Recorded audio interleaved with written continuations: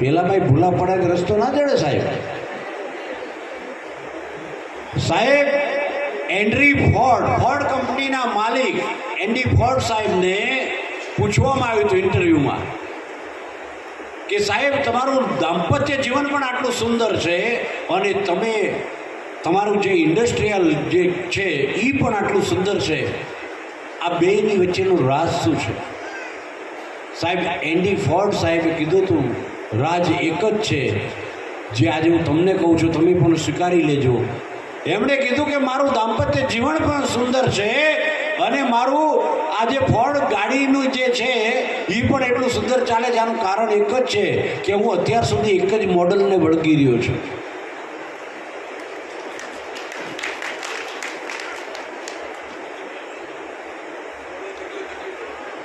સાહેબ હકીકત છે.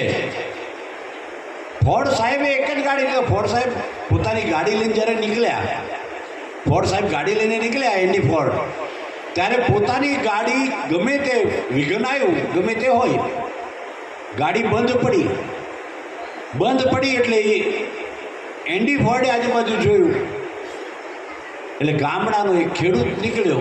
એ ખેડૂતને કીધું કે ભાઈ મારી ગાડી બંધ પડી છે.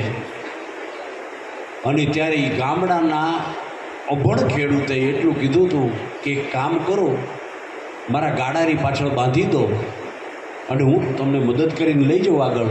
ગાડાની પાછળ હેનરી ફોર્ડની ફોર્ડ ગાડી બાંધી અને બહાર લઈ આવ્યા.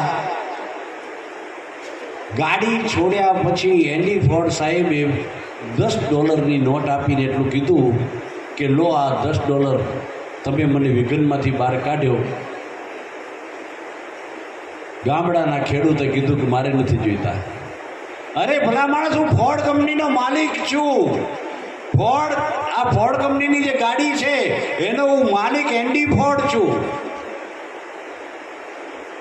પેલો ગામડાનો ખેડૂત કે ગમે તેમ હોય પણ મારે નથી જોઈતા.